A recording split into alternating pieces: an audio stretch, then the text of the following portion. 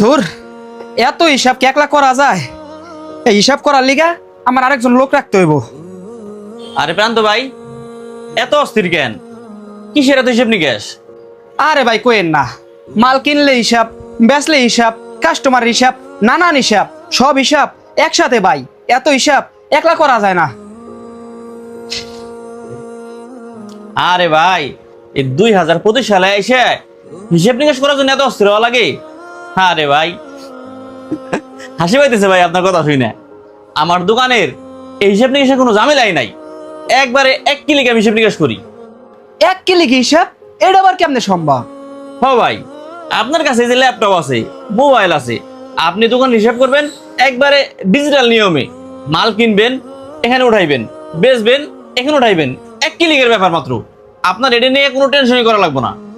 আচ্ছা ভাই, তাইলে আপনি আমার এই সমাধানটা দেন দি, আমি কেমনে সহজে তাড়াতাড়ি হিসাব করতে পারি?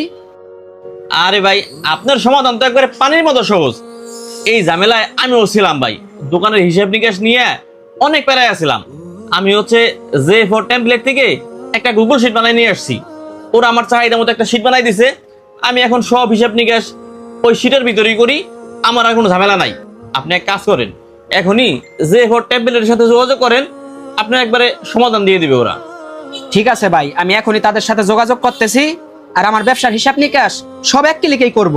দর্শক, আপনারা যারা আমার মতো ব্যবসার হিসাব নিকাশ নিয়ে চিন্তিত, তারা চিন্তিত না থেকে J4 টেমপ্লেটের সাথে যোগাযোগ করুন। আপনার হিসাব নিকাশও আমার মতো এক ক্লিকে করুন।